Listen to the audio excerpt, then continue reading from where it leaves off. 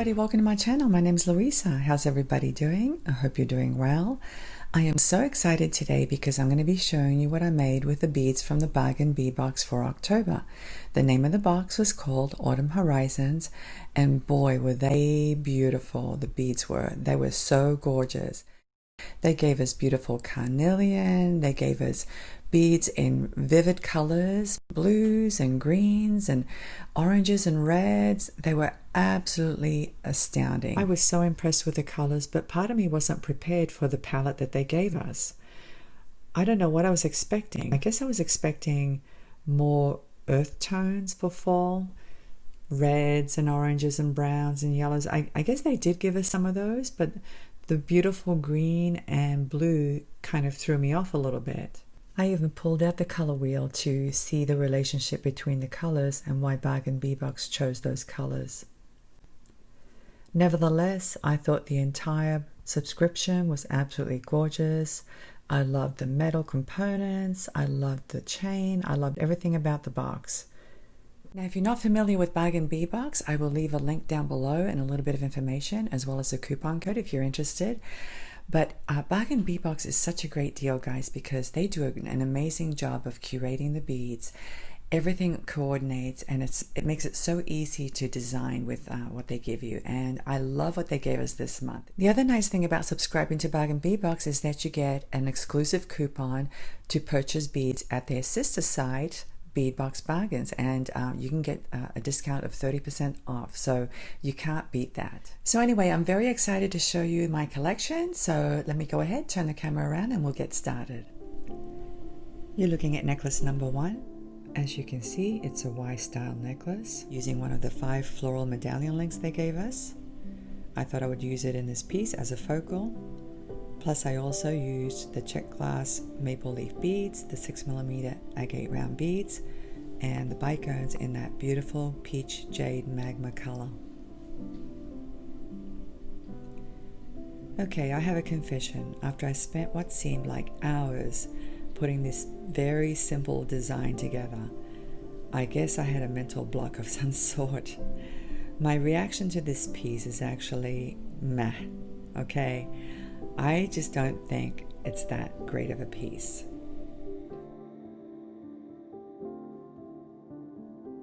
But it took me forever because I decided to use the steel spacer beads to create a beaded chain, and I have no idea why I opted to spend so much time on this, other than I wanted a chain that was a little bit different, not just a regular chain.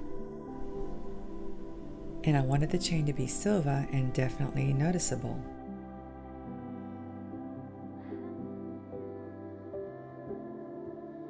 But anyway, that's what was on my mind at the time, so I painstakingly wire wrapped all 34 beads for what seemed like hours.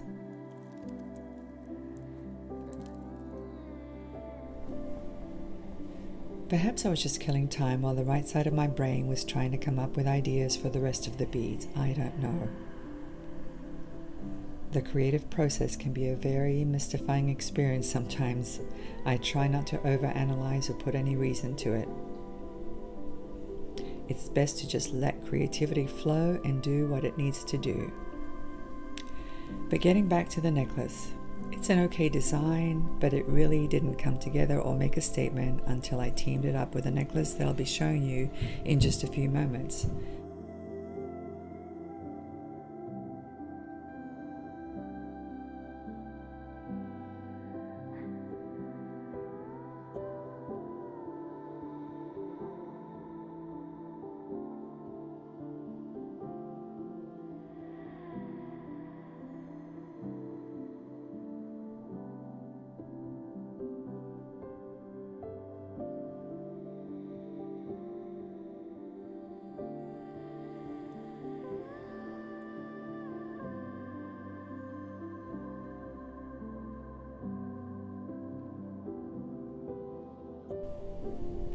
And here is necklace number 2. This is the partner to necklace number 1. It's a very sweet and casual choker style design with adorable charms made from 4mm beads. Some of the beads are from my own stash and some from the subscription. I had some 4mm beads in the right colors, so I wire wrapped them into the chain and formed a bunch of little dangles.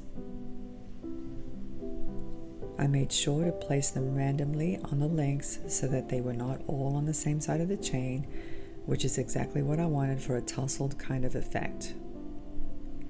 Usually I like to place all dangles on the same side of the chain, but in this case I didn't. But anyway, as you can see, I wire wrapped each one onto the chain and then added a lobster claw clasp.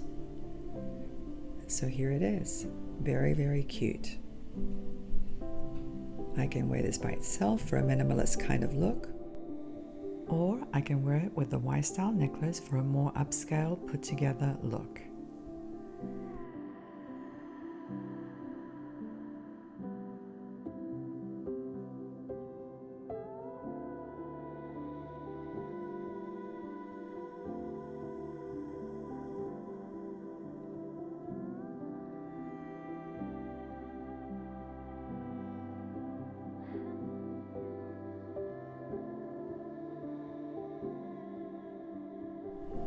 And here I'm wearing both of them together.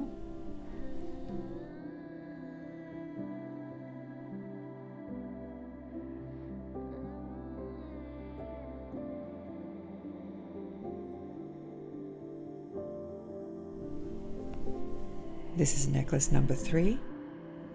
Okay, so I finally broke out of the creativity block I was in and the ideas started flowing. I know what you're thinking. That's way too much, right?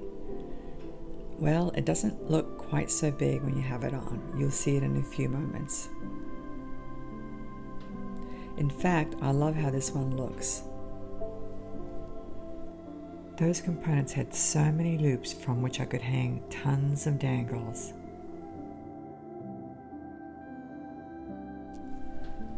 So I started arranging beads on my magic rods, of course, because it makes the job so much easier.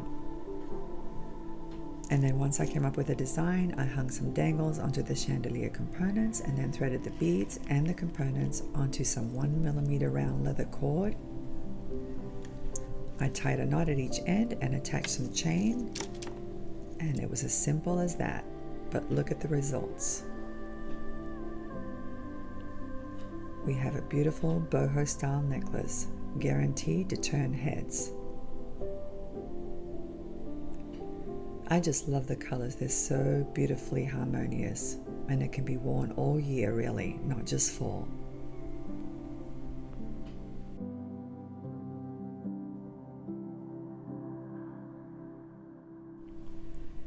And here's necklace number 4.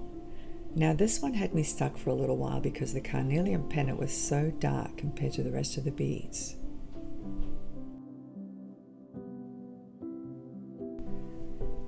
I'm sure everyone received different variations of this pendant, some lighter and some darker, and I definitely received the darker one.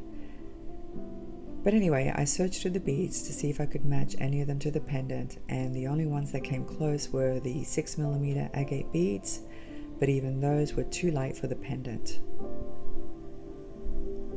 Nevertheless, I went ahead with it and then found some Jasper chips that I had in my stash that I thought looked great with the color scheme they gave us. So once again, I whipped out my magic rod and started arranging the chips. I find the rods are perfect for this because of their gauge. They fit through tiny holes and they're strong enough to hold heavy beads in perfect alignment. Plus, I'm able to determine exactly how many chips I need, and I can arrange them so they sit snugly up against each other.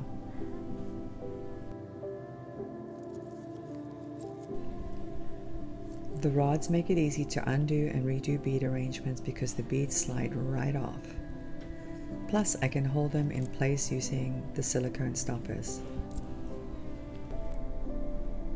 I know I keep talking about them, but it's because I truly believe in their usefulness, and I believe there's a market for these rods in the beading industry. But anyway, I'll leave a link down below if you're interested in purchasing them. I do carry them in my Etsy store. So anyway, after arranging the lower part of the necklace, I then arranged some 8O seed beads using additional rods.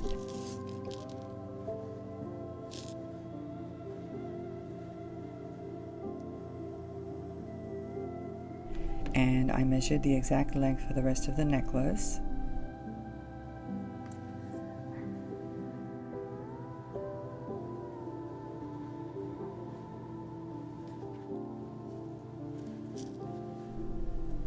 The best part was that I didn't have to count. I simply held the second rod up against the first rod to determine the correct length. After I was done arranging the beads on the rods, I was able to form a loop at one end using a crimp bead, and then I proceeded with the threading of the beads onto the beading wire with confidence, knowing that it would be the right length and everything would sit properly. I used the multi-bead method of unloading from the rod and loading onto the wire, so this made the process super fast and I was done in no time.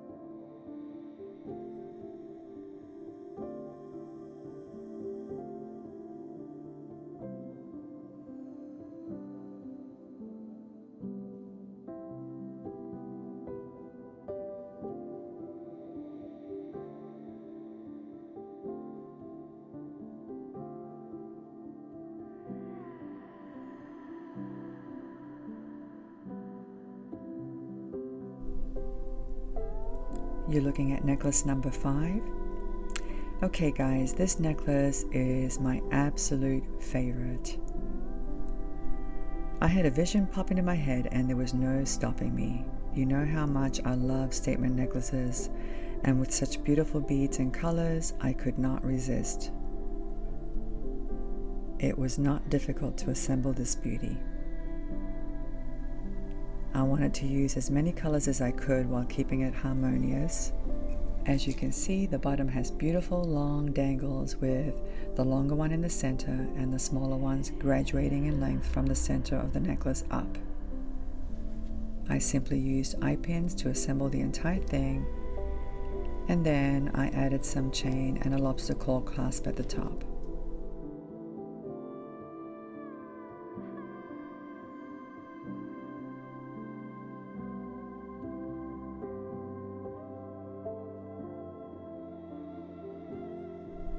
Now tell me this isn't gorgeous.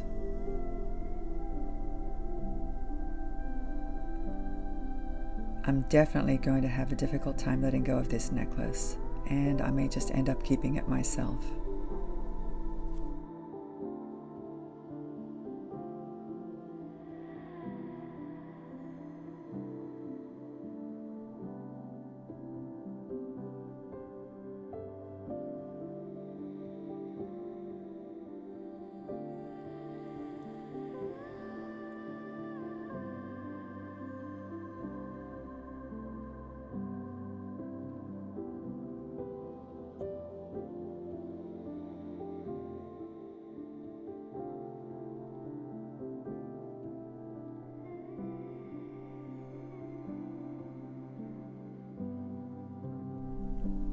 And here's the final necklace, necklace number 6. I really don't know why I felt I had to make another necklace. I should have just stopped, but I wanted to make a smaller, more understated necklace. And just like the first necklace, I wasn't too excited about how this one turned out. It's an okay design, but that is it. It's just okay. Still, it would be nice to wear this with a pair of jeans or to a casual event or simply to the grocery store. Now, I didn't take any pictures, but it actually looks great teamed up with the Y-style necklace, necklace number 1. and perhaps I'll post some pictures on Facebook and Instagram. But anyway, as you can see, I used the ring part of the toggle clasp and the maple leaf charms, as well as the agate beads and the leaf spaces, and that's pretty much it. It's actually a very cute necklace.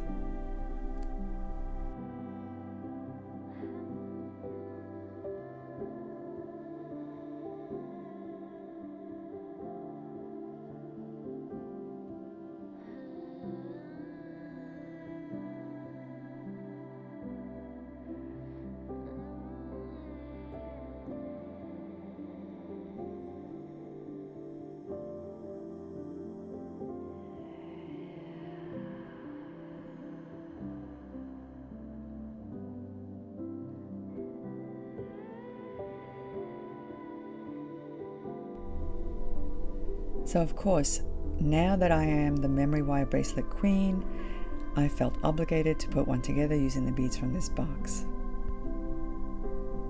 Now that I have my Coil Buddy to help me, I can design a bracelet in a matter of minutes with my patterns all lined up.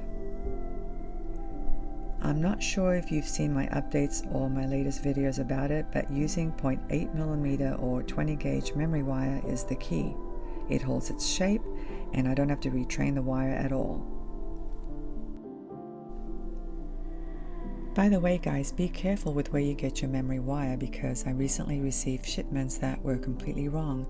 Many vendors don't list the specs correctly, and so I recently received wire that was listed as 1mm gauge when it was actually 0.7mm, which is way too thin.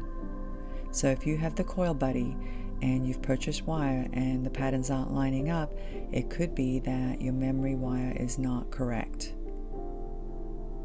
I'm seriously thinking about carrying it in my Etsy store to ensure everyone gets the correct gauge wire. So anyway, look for updates on that. But here I am loading my rods and arranging my beads patterns, and that's the beauty of Coil Buddy. You get to arrange beads before you coil them, so there's no more loading and unloading of beads. You simply arrange your patterns and then thread them onto your coil in the order of how your rods are arranged.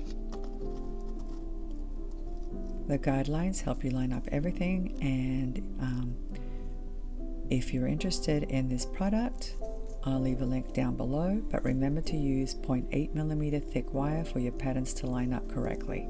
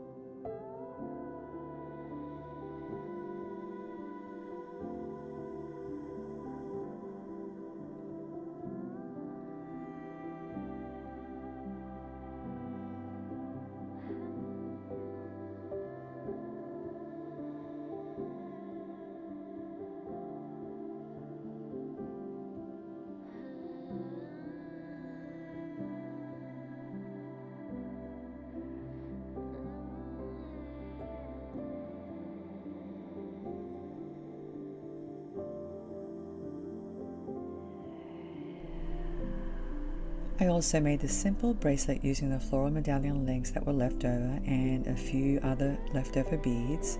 Nothing fancy. I simply connected the links and the beads with some 22 gauge wire and wrapped loops for security.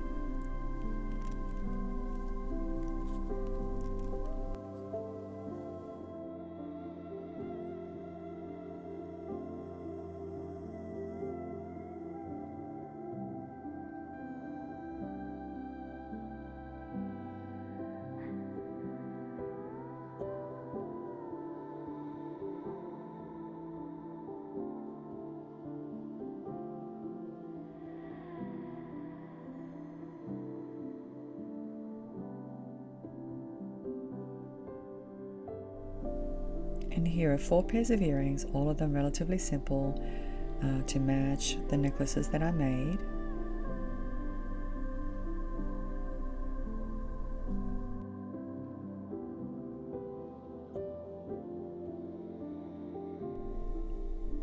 So anyway, that's the full collection. I hope you like it. As always, I'll go ahead and select one of these necklaces and I'll come back and say goodbye. Well, I chose this one. I love this necklace. I love the colors. I love that it's a statement necklace, but it's not too big. And I could wear this necklace for fall, winter, spring, summer. I absolutely adore the beads. I'd like to know which one was your favorite, so if you could leave me some comments down below, I'd really appreciate it. Okay, everybody, I hope you've enjoyed today's video. I hope I've inspired you. Go out and make your own necklaces. Thank you so much for subscribing, for following me, and I'm looking forward to seeing you again. Have a great day. Bye.